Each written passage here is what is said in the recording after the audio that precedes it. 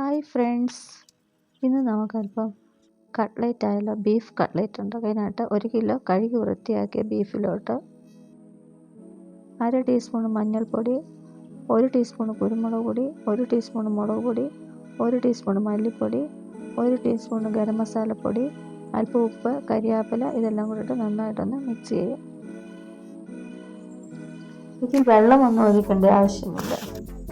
ഇനി നമുക്ക് കുക്കർ അടച്ചു വെച്ച് ഇത് സ്റ്റൗവിലോട്ട് വയ്ക്കാം. അവിടെ ഒരു 6 വിസിലടിക്കട്ടെ. ഇത് കണ്ടോ, 6 വിസിലിന് ശേഷം തണുത്തതിന് ശേഷം ഞാൻ തുറന്നു നോക്കാം. നമ്മൾ ഒട്ടും വെള്ളം ഒഴിക്കാതെ വെച്ചിരുന്ന ബീഫിനകത്തുനിന്ന് വെള്ളമെല്ലാം ഇറങ്ങിയത് കണ്ടോ. ഇനി നമുക്ക് ഈ ബീഫ് വേറെ ഇതിൻ്റെ ചാറ് വേറെ ആയിട്ട് ഒന്ന് അരിച്ചെടുത്ത് മാറ്റി വയ്ക്കാം. നമുക്കൊരു 1/2 കിലോ ഉരുളക്കിഴങ്ങ് അല്പം വെള്ളം ഒഴിച്ച് നന്നായിട്ടൊന്ന് കഴുകിയെടുക്കാം. ഇത് നന്നായിട്ട് കഴുകിയെടുത്തിട്ട് ഞാൻ ആ ബീഫ് വേവിച്ചതിൻ്റെ ബാക്കി കുറച്ച് വെള്ളം കിട്ടിയില്ലായിരുന്നു, മസാലയെല്ലാം ഉള്ള വെള്ളം. ആ വെള്ളത്തിനകത്തോട്ടിട്ട് ഞാൻ ഉരുളക്കിഴങ്ങെല്ലാം ഒന്ന് പുഴുങ്ങിയെടുത്തു. ഇനി നമുക്ക് അതിൻ്റെ വെള്ളം എടുത്തിട്ട് മാറ്റി വയ്ക്കാം. എന്നിട്ട് ഉരുളക്കിഴങ്ങെല്ലാം തണുത്തതിന് ശേഷം അതിൻ്റെ തൊലിയെല്ലാം കളഞ്ഞെടുക്കുക. അതിനുശേഷം നമുക്കത് ഉരുളക്കിഴങ്ങൊക്കെ ഒന്ന് പൊടിച്ചെടുത്ത് മാറ്റി വയ്ക്കാം. അപ്പോഴത്തേക്കും നമ്മുടെ ബീഫും അവിടെ ഇരുന്ന് തണുത്തിട്ടുണ്ട്. ഇനി അതെല്ലാം മിക്സിയുടെ ജാറിനകത്തോട്ടിട്ട് ഒന്ന് ക്രഷ് ചെയ്തെടുക്കാം. ഇനി നമുക്ക് ചുവട് കട്ടിയുള്ള പാത്രം എടുക്കുക. അതിനകത്തോട്ട് അല്പം ഓയിൽ ഒഴിച്ചു കൊടുക്കാം. ഏത് ഓയിലായാലും കുഴപ്പമില്ല. ഞാനിവിടെ സൺഫ്ലവർ ഓയിലായിട്ട് എടുത്തത്. കടുകിട്ട് കൊടുക്കാം, പെരുംജീരകം ഇട്ട് കൊടുക്കുക. എല്ലാം പൊട്ടി വരുമ്പോൾ ഒരു 3/4 കിലോ സവാള ഉള്ളി അരിഞ്ഞതും കൂടിയിട്ട് വഴറ്റിയെടുക്കാം. ചെറിയ ഉള്ളി സവാളയും കൂടി പാതി എടുക്കാം, എല്ലാം മുഴുവനായിട്ട്. അല്ലെങ്കിൽ സവാള ഉള്ളി തന്നായിട്ട് വേണമെങ്കിലും എടുക്കാമേ. അതിന് ശേഷം ഞാൻ അതിനകത്തോട്ട് ഒരു 5 പച്ചമുളക് അരിഞ്ഞത് ഇട്ട് കൊടുത്തു.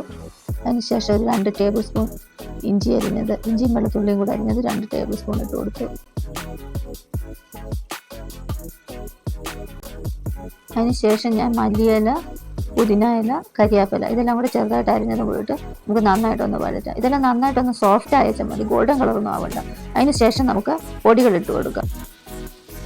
1/2 ടീസ്പൂൺ മഞ്ഞൾപ്പൊടി, 2 ടീസ്പൂൺ മുളക് പൊടി, 3 ടീസ്പൂൺ മല്ലിപ്പൊടി ഇതെല്ലാം കൂടി ഇട്ട് നമുക്ക് അതിൻ്റെ പച്ചമണം മാറുന്ന വരെ ഒന്ന് ഇളക്കി കൊടുക്കാം.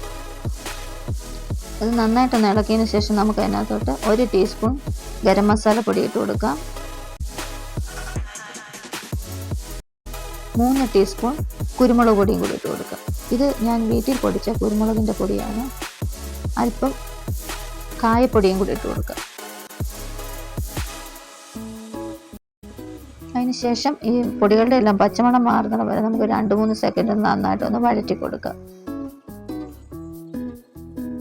അതിനുശേഷം നമ്മൾ ഇറച്ചിയുടെ മസാലയ്ക്കകത്തുനിന്ന് ഊറ്റിയെടുത്ത വെള്ളമില്ലേ, അതിൽ ഒരു 2 സ്പൂണും കൂടെ ഒഴിച്ച് നമുക്ക് ഉള്ളിയൊക്കെ ഒന്ന് വഴറ്റിയെടുക്കാം. ഉള്ളിയൊക്കെ ഒന്ന് സോഫ്റ്റ് ആകാനും വേണ്ടി, മസാലയൊക്കെ അതിലൊന്ന് പിടിക്കാനും വേണ്ടിയാണ് ഇങ്ങനെ ചെയ്യുന്നത്.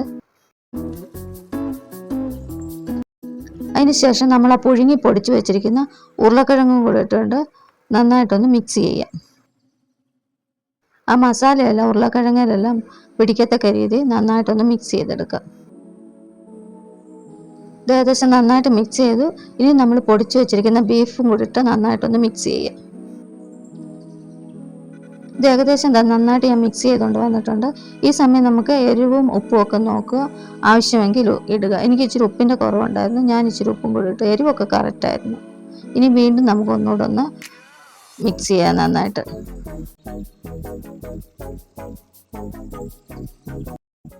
ഏകദേശം 5-6 സെക്കൻഡ് എടുത്ത് ഇത് മിക്സ് ആവാനായിട്ട്. തീ ഞാൻ മീഡിയം ടു ലോ ഫ്ലെയിമിൽ വെച്ചേക്കുവാണ്. ഇപ്പോൾ നമുക്ക് തീ സിമ്മിലാക്കി ഇതൊന്ന് 3-4 സെക്കൻഡ് ഒന്ന് ആവി കയറ്റാം. അടച്ചു വെച്ച് ആവി കയറ്റിയെടുക്കാം. അതിന് ശേഷം വീണ്ടും ഒന്നുകൂടെ ഒന്ന് ഇളക്കിയിട്ട് നമുക്കിത് വാങ്ങി വയ്ക്കാം. ഇത് തണുക്കട്ടെ അവിടെ ഇരുന്ന്. സ്റ്റവിൽ നിന്നെല്ലാം വാങ്ങി വെച്ച് ഇത് നന്നായി തണുത്ത് വന്നിട്ടുണ്ട്. ഇനി നമുക്കത് നന്നായിട്ട് കൈകൊണ്ട് വീണ്ടും ഒന്നുകൂടെ ഒന്ന് ഇളക്കിയെടുക്കാം.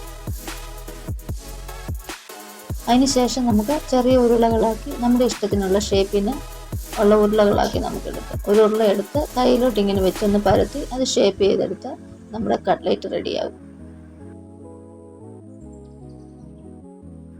1 കിലോ ബീഫും 1/2 കിലോ ഉരുളക്കിഴങ്ങും 3/4 കിലോ സവാള ഉള്ളിയും കൂടെ ചേർത്ത് എനിക്ക് ഏകദേശം 30 കട്ട്ലേറ്റ് ഇതിനകത്ത് കിട്ടിയിട്ടുണ്ട്. അത്യാവശ്യം നല്ല സൈസിലുള്ള 30 കട്ട്ലേറ്റാണ് കിട്ടിയേക്കുന്നത്. ഇനി നമുക്ക് 2 പീസ് ബ്രെഡ് എടുത്തിട്ട് മിക്സഡ് ജാറിനകത്തോട്ട് ഇട്ടൊന്ന് പൊടിച്ചുകൊണ്ട് വരാം. ഇതെല്ലാം പൊടിച്ചുകൊണ്ട് വന്ന് ഇനി നമുക്ക് അതിനകത്തോട്ടിട്ടൊന്ന് മാറ്റി വയ്ക്കാം. അതിന് ശേഷം നമുക്കൊരു കോഴിമുട്ട എടുക്കാം. അതിനകത്തോട്ട് ഇച്ചിരി ഉപ്പും കുരുമുളക് പൊടിയും കൂടിയിട്ട് നന്നായിട്ടൊന്ന് ഇളക്കി ബീറ്റ് ചെയ്ത് വെക്കാം.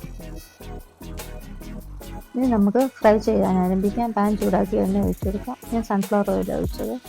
മുട്ടയുടെ മിശ്രിതത്തിനകത്ത് മുക്കുക. ബ്രെഡ് പൊടിയിൽ മുക്കി നന്നായിട്ട് അതേലെല്ലാം കോട്ട് ചെയ്ത് എടുക്കാം.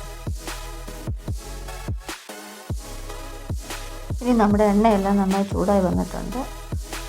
ആദ്യം നല്ലതായിട്ട് ചൂടാവുന്നിടം വരെ നല്ല തീ കൊടുക്കുക. അത് കഴിഞ്ഞ് മീഡിയം ടു ലോ ഫ്ലെയിമിലാക്കിയിട്ട് നമ്മുടെ കട്ട്ലേറ്റ് എല്ലാം എടുത്തിട്ട് കൊടുക്കുക. അതൊരു സൈഡ് ഗോൾഡൻ കളറായി കഴിയുമ്പോൾ വീണ്ടും മറിച്ചിടുക. എന്നിട്ട് 2 സൈഡും ഗോൾഡൻ കളറായി കഴിയുമ്പോൾ നമുക്കതെടുത്ത് മാറ്റാം. ഇതെല്ലാം കൂടെ ഒന്നിച്ചൊന്നും ഉണ്ടാക്കിയെടുക്കണ്ട. ആവശ്യാനുസരണം എത്ര എണ്ണമാണെന്ന് വെച്ചാൽ അത്ര ഉണ്ടാക്കി. ഞാനിപ്പോൾ ഒരു 5 എണ്ണം ഉണ്ടാക്കിയെടുക്കുന്നുണ്ട്. ബാക്കി ഫ്രിഡ്ജിൽ ഇരുന്നോളൂ. ഒരു 2 ആഴ്ച വരെ ഇത് കേടുകൂടാതിരുന്നോളൂ. ഇതിൻ്റെ 2 സൈഡും ഗോൾഡൻ കളറായിട്ട് വന്നിട്ടുണ്ട്. നമുക്കിതിന് എണ്ണയിൽ നിന്ന് മാറ്റിയെടുക്കാം. അങ്ങനെ നമ്മുടെ സ്വാദിഷ്ടമായ ബീഫ് കട്ട്ലേറ്റ് എല്ലാം ഞാൻ വറുത്ത് കോരി എടുത്തിട്ടുണ്ട്. സൂപ്പർ ടേസ്റ്റാണ്. ഒരു പ്രാവശ്യമെങ്കിലും എല്ലാവരും ഒന്ന് തയ്യാറാക്കി നോക്കണം. എന്നിട്ട് ഇഷ്ടമാവുകയാണെങ്കിൽ ഒന്ന് സബ്സ്ക്രൈബ് ചെയ്യണേ. Okay, by.